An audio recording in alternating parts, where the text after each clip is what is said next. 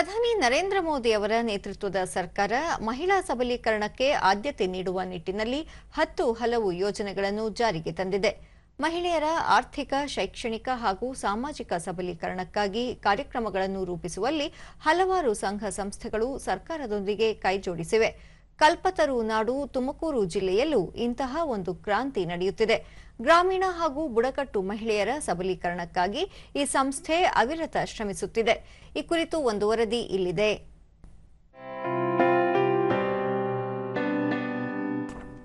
ತುಮಕೂರು ಜಿಲ್ಲೆಯ ಗಿರಿಶ್ರೇಣಿ ನಾರಸಿಂಹ ಕ್ಷೇತ್ರ ದೇವರಾಯನ ದುರ್ಗದ ವನರಾಶಿಯ ತಪ್ಪಲಿನ ದುರ್ಗದ ಹಳ್ಳಿಯಲ್ಲಿ ಕಾಪ್ಟರ್ ಸ್ಪೇಸ್ ಜನಸ್ತು ಎಂಬ ಸಂಸ್ಥೆ ಗ್ರಾಮೀಣ ಮಹಿಳೆಯರ ಸಬಲೀಕರಣಕ್ಕಾಗಿ ಶ್ರಮಿಸುತ್ತಾ ಎಲೆಮರೆಯ ಕಾಯಿಯಂತೆ ಕಾರ್ಯನಿರ್ವಹಿಸುತ್ತಿದೆ.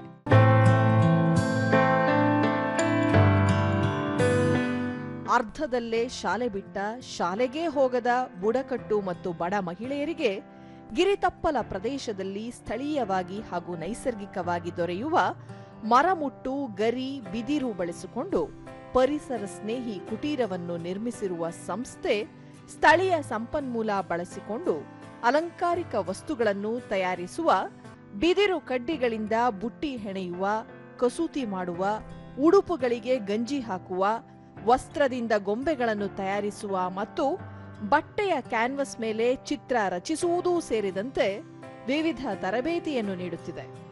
ಇದು ಈ ಭಾಗದ ಬಡ ಮಹಿಳೆಯರ ಜೀವನೋಪಾಯಕ್ಕೆ ನೆರವಾಗಿದ್ದು ಅವರ ಕುಟುಂಬದ ಆರ್ಥಿಕ ಸ್ಥಿತಿ ಸುಧಾರಿಸುತ್ತಿದೆ.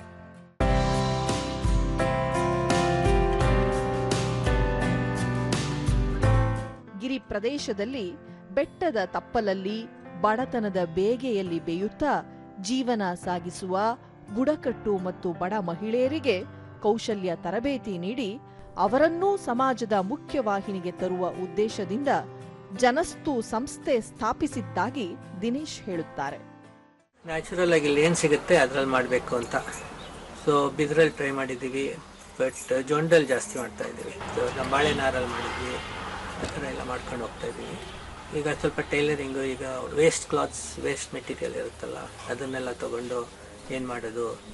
ಸೊ ಇವಾಗ ಇರೋದ್ರಲ್ಲೇ ಮಾಡಬೇಕು. ನಾವು ಚಿಕ್ಕದಾಗಿ ಒಂದು ಕಡೆ ಮಾಡಿ ತೋರಿಸೋಣ, ಬೇರೆಯವರೇ ಮಾಡ್ಕೊಂಡು ಹೋಗ್ಬೋದು ಅಂತ ನಮ್ಮದು ಉದ್ದೇಶ. ಸಂಸ್ಥೆಯ ವತಿಯಿಂದ ಮಹಿಳೆಯರಿಗೆ ಅರಣ್ಯದಂಚಿನಲ್ಲಿ ದೊರಕುವ ಬಿದಿರು, ನೀರಲ್ಲಿ ಬೆಳೆಯುವ ಜೊಂಡು ಮೊದಲಾದ ನೈಸರ್ಗಿಕವಾಗಿ ಸಿಗುವ ವಸ್ತುಗಳಿಂದ ಜನಾಕರ್ಷಕ ವಸ್ತುಗಳ ಹಾಗೂ ಅಲಂಕಾರಿಕ ವಸ್ತುಗಳನ್ನು ತಯಾರಿಸುವ ತರಬೇತಿ ನೀಡಲಾಗಿದೆ. ಬೇಡಿಕೆಗೆ ಅನುಗುಣವಾಗಿ ವಸ್ತುಗಳನ್ನು ತಯಾರಿಸುವ ಕಾರಣ ಆದಾಯವೂ ಉತ್ತಮವಾಗಿದೆ.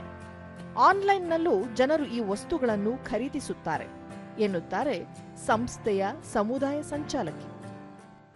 ಹೆಣ್ಮಕ್ಳ ಜೊತೆ ಜೆಂಡರ್ ಗ್ಯಾಪ್ಸ್ನ ಅಡ್ರೆಸ್ ಮಾಡಬೇಕು ಅನ್ನೋದು ನಮ್ಮ ಉದ್ದೇಶ, ನನ್ನ ಉದ್ದೇಶ ಪರ್ಟಿಕ್ಯುಲರ್ಲಿ. ಅದಕ್ಕೆ ಹೆಣ್ಮಕ್ಳ ಜೊತೆ ಜಾಸ್ತಿ ಟೈಮ್ ಸ್ಪೆಂಡ್, ಲಿಟ್ರಸಿ ಲೆವೆಲ್ ಆಗಲಿ, ಅವ್ರದ್ದು ಎಂಪವರ್ಮೆಂಟ್, ಇದು ಸ್ಕಿಲ್ ಡೆವಲಪ್ಮೆಂಟ್, ಕಾನ್ಫಿಡೆನ್ಸ್ ಎಲ್ಲ ಆ ಥರ ಹೆಂಗೆ ಅವರು ಬೆಳೀತಾರೆ ಅನ್ನೋದು ಒಂದು ಆಸೆಯಲ್ಲಿ ಈ ಥರ ಒಂದು ಪ್ರೋಗ್ರಾಮ್ಸ್, ಈ ಥರ ಒಂದು ಸಣ್ಣ ಪುಟ್ಟ ಇದೆಲ್ಲ ನಡೆಸ್ಕೊಳ್ತಾ ಇದ್ದೀನಿ.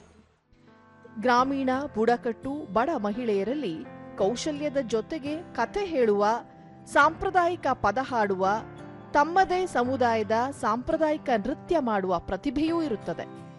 ಈ ಸುಪ್ತ ಪ್ರತಿಭೆ ಗುರುತಿಸಿ ಅವರಿಗೆ ಸೂಕ್ತ ತರಬೇತಿ ನೀಡಿ ಪ್ರತಿಭಾ ಪ್ರದರ್ಶನಕ್ಕೆ ವೇದಿಕೆ ಕಲ್ಪಿಸಲು ಸಮುದಾಯ ರೇಡಿಯೋ ನಿರ್ವಹಿಸುವ ಮೂಲಕ ಹೊರ ಜಗತ್ತಿಗೆ ತಿಳಿಸುವ ಕಾರ್ಯವನ್ನು ಸಂಸ್ಥೆ ಮಾಡುತ್ತಿದೆ.